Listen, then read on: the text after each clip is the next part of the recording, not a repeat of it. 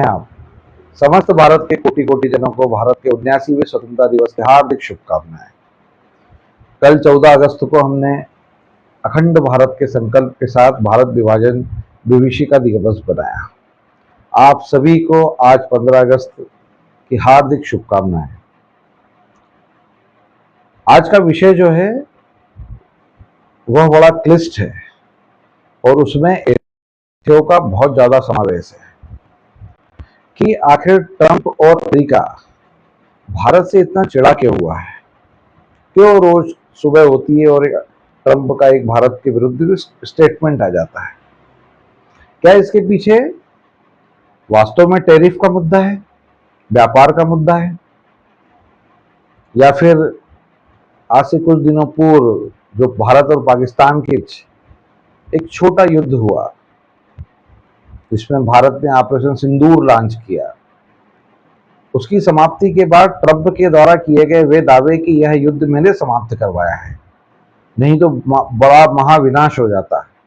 लेकिन भारत के द्वारा बार बार ये कहा गया कि नहीं, भारत ने किसी भी तीसरे पक्ष में इसकी मध्यस्थता नहीं की है, ली है, और यह युद्ध है वह पाकिस्तान के निवेदन पर खत्म हुआ। इसके इतर भारत सरकार और भारतीय सेनाएं दावे करती हैं कि ऑपरेशन सिंदूर जारी है। क्या ट्रंप को मिर्ची लग चुकी है कि भारत बार बार ट्रंप की इंसल्ट कर रहा है और स्वीकार नहीं रहा है कि यह युद्ध ट्रंप ने खत्म करवाया है। आप जब अध्ययन करेंगे, इतिहास का अध्ययन करेंगे, भारत का अध्ययन करेंगे, भारत की पूर्व की विदेश नीतियों का अध्ययन करेंगे, भारत की पूर्व की सरकारों की नीतियों का अध्ययन करेंगे, आज की सरकार की विदेश नीति की नीतियों का अध्ययन करेंगे, तो पाएंगे कि ये कारण है। लेकिन इसके मूल में 15 अगस्त 1947 के बाद से आज तक भारत द्वारा चुनी गई वह व्यवस्था है जिसमें वह शक्ति के साथ नहीं दिखती है। 15 अगस्त 1947 को जब भारत आजाद हुआ, उसके बाद भारत के पास अवसर था, ऑप्शन थे कि उस समय की दो जो बड़ी महाशक्तियां हैं, अमेरिका और सोवियत संघ, इन दोनों के विश्व में गुट बने हुए थे।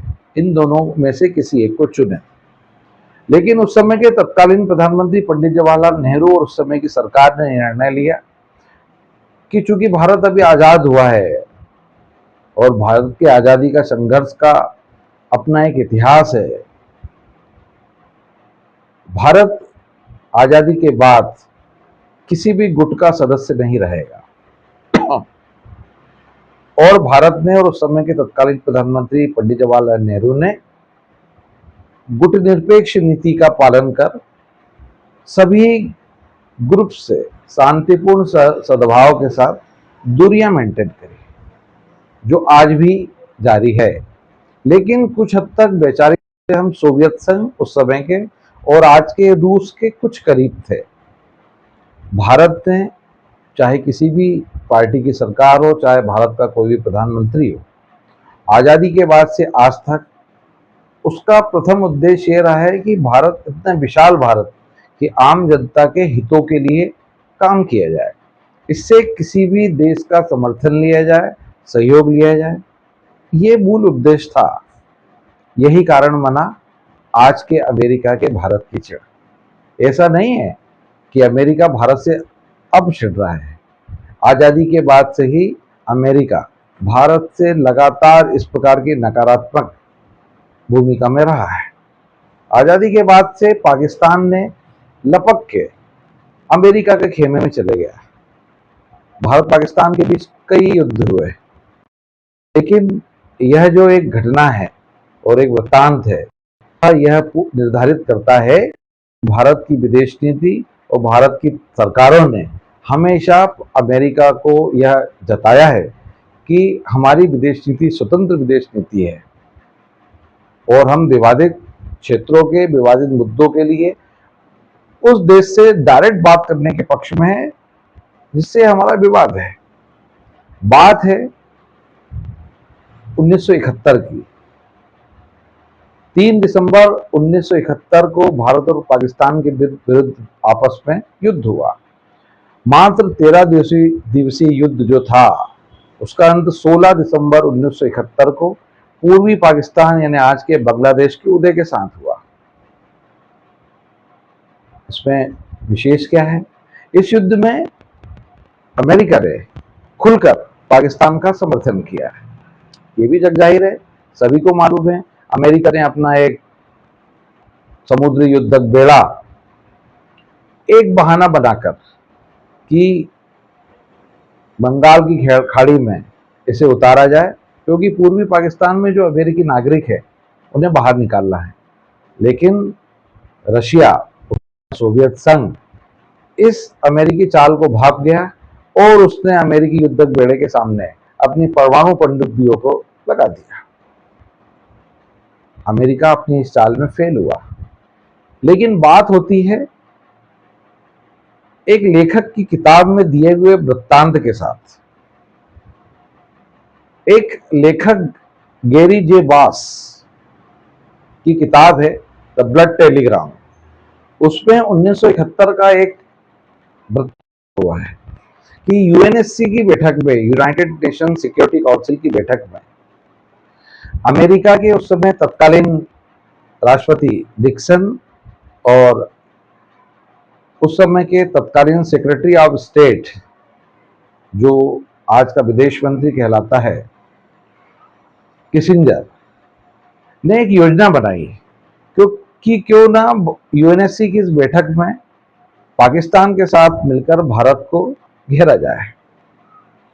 उस समय के तत्कालीन पाकिस्तान के प्रधानमंत्री जुल्फिकार अली भुट्टो और उस समय संयुक्त राष्ट्र में अमेरिका के स्थायी प्रतिनिधि जॉर्ज बुश सीनियर, जो बाद में अमेरिका के राष्ट्रपति बने, ने अमेरिका के राष्ट्रपति निक्सन और उस समय के सेक्रेटरी ऑफ स्टेट जो थे किसिंजर, उनके करने की योजना बनाई।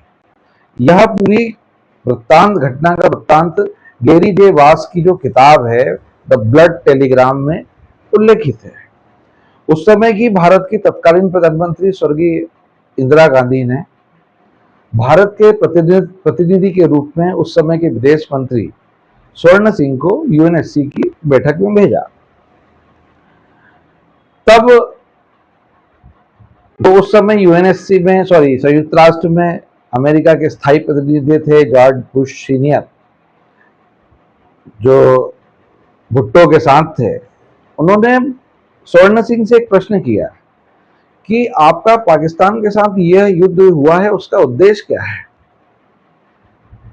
तो सरदार स्वर्ण सिंह ने बड़ी कटाक्ष करते हुए पाकिस्तान के प्रधानमंत्री जुल्फिकार, क्या आज भी आपका भारत के साथ युद्ध जीतने का स्वप्न है या दिल्ली पहुंचने का स्वप्न है? और उल्टे स्वर्ण सिंह ने उस समय के अमेरिका के प्रतिनिधि बुश को बड़ा कटाक्ष देते हुए बोला कि हमारी तो छोड़िए, आपकी क्या योजना है अमेरिकी वियतनाम युद्ध में? आप क्या चाहते हैं वियतनाम में? यही हुआ 17 जून को। 17 जून को क्या हुआ? भारत के प्रधानमंत्री नरेंद्र मोदी G7 की बैठक में कनाडा गए। इसी बीच अमेरिका के राष्ट्रपति डोनाल्ड ट्रंप, उस समय इजराइल और ईरान के बीच में युद्ध चल रहा था, संघर्ष चल रहा था, अचानक G7 की मीटिंग छोड़ के अमेरिका पहुंच जाते हैं और अमेरिका से फोन लगाते हैं 17 जून को भारत के प्रधानमंत्री नरेंद्र मोदी को। श्री नरेंद्र मोदी को बोलते हैं कि आप अमेरिका में, वाशिंगटन में इनवाइट हैं, आइए आपके साथ हम बैठेंगे, चर्चा करेंगे, डिनर करेंगे। लेकिन नरेंद्र मोदी अमेरिका और ट्रंप की इस चाल को भाप गए, जो बाद में क्लियर भी हुआ। आसिफ मुनीर का अमेरिका अचानक जाना, और नरेंद्र मोदी ने बड़ी विनम्रता से राष्ट्रपति डोनाल्ड ट्रंप को बोला कि मेरा निर्धारित कार्यक्रम है क्रोएशिया, मैं कनाडा से सीधे क्रोएशिया अपनी आधिकारिक यात्रा पर जा रहा हूं। और साथ में यह जता दिया कि आदरणीय ट्रंप साहेब, पूरे विश्व के सरपंच, आपका कोई योगदान नहीं था भारत पाकिस्तान के तत्कालीन संघर्ष को खत्म करने में।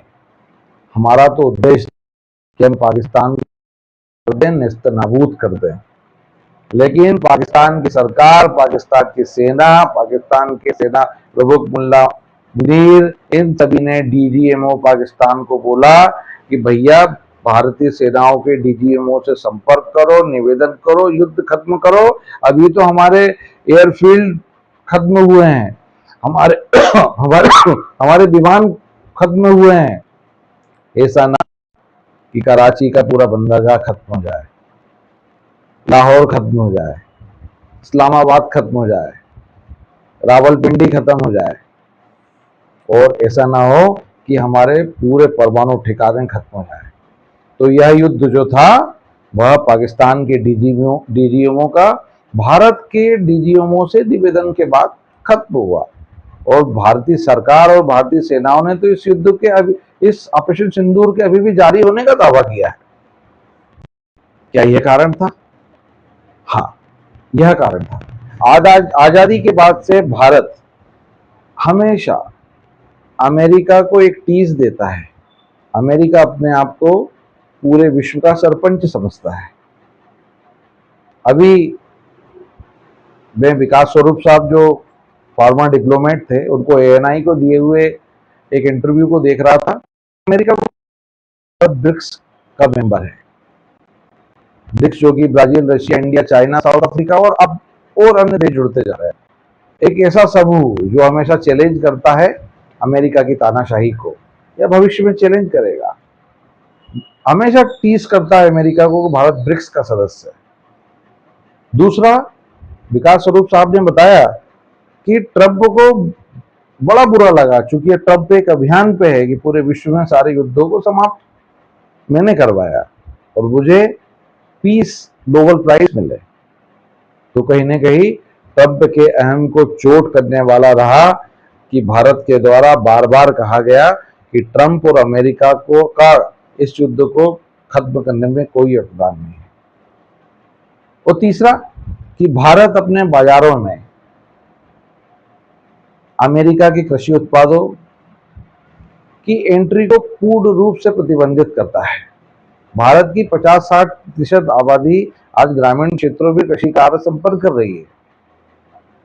कैसे अमेरिका को एंट्री दी जाए, अमेरिका को बड़ा बुरा लगता है। और चौथा, यह मेरे विचार है कि भारत अमेरिका की सरपंचाई को आज तक पूर्ण रूप से स्वीकार नहीं करता आ रहा है, और रशिया के साथ भारत की निकटता कहीं ना कहीं अमेरिका की आंख में एक कंकड़ का काम करती है, किरकिरी करती है। तो ये कई सारे कारण हैं, हम इसको टैरिफ अकेला कारण नहीं दे सकते। इस समस्या का हल कब होगा, क्या अंत होगा इस समस्या का? भारत जैसे विशाल देश में अंशकालीन रूप से अमेरिका के टैरिफ का असर निश्चित तौर पर रहेगा। कहते हैं कि हमारे जीडीपी में 0.9% का इसका फाल देखने को मिल सकता है। लेकिन भविष्य में, क्योंकि भारत अपने आप में एक बहुत बड़ा मार्केट है, 140 करोड़ लोगों का मार्केट है, भारत की इंडस्ट्रीज भारत खुद अपने देश में ढूंढ लेगा। क्या अमेरिका भारत को पीक लेवल पर जाकर परेशान करेगा? इससे ज्यादा अमेरिका आगे नहीं जा सकता। एक प्रश्न और है, क्या भारत और अमेरिका का जो एक वाद विवाद चल रहा है उसमें भारत की चाइना से नजदीकियां बढ़ेंगी? बिल्कुल नहीं बढ़ेगी। भारत का वर्तमान स्थिति में प्रथम अगर कोई शत्रु है तो वह चाइना है। पाकिस्तान की अब इतनी हैसियत स्थिति को एक लंबा युद्ध लड़ पाए, ना सामरिक दृष्टि से, ना आर्थिक दृष्टि से। एक लॉन्ग टर्म में एक युद्ध के लिए भारत को हमेशा चीन के साथ जो होना है उसके लिए अपनी आंतरिक तैयारियों को हमेशा जारी रखना चाहिए। और आज अमेरिका का राष्ट्रपति डोनाल्ड ट्रंप रूस के राष्ट्रपति पुतिन से अमेरिका के अलास्का में मिलेंगे। एक प्रश्न और है भारत के लोगों में, क्या इस मीटिंग में भारत का विषय उठेगा? क्योंकि कल ही अमेरिका के जो एक मंत्री है उन्होंने भारत को चेतावनी दी है कि अगर ट्रंप और पुतिन का समझौता नहीं हुआ तो इसके खराब परिणाम भारत को देखने को मिलेंगे। मुझे नहीं लगता कि किसी भी प्रकार से इस विषय पे कोई वार्ता होगी, क्योंकि वास्तविकता में मुद्दा भारत और अमेरिका का एक ऐतिहासिक संबंध है, ना कि कोई तात्कालिक कारण। भारत अपनी 1947 के बाद से जो एक विदेश नीति का अंग रही है, गुटनिरपेक्षता तथा किसी भी गुट के साथ डायरेक्ट उस लेवल पर संबंध न बनाना और अपने देश के हितों को आगे बढ़ाते हुए हर उस देश के साथ संबंध बनाना जो भारत के हितों के लिए फायदेमंद है। ये है हमारी विदेश नीति का अंग, और इसी विदेश नीति को आज की सरकार भी जारी रखे हुए है। धन्यवाद।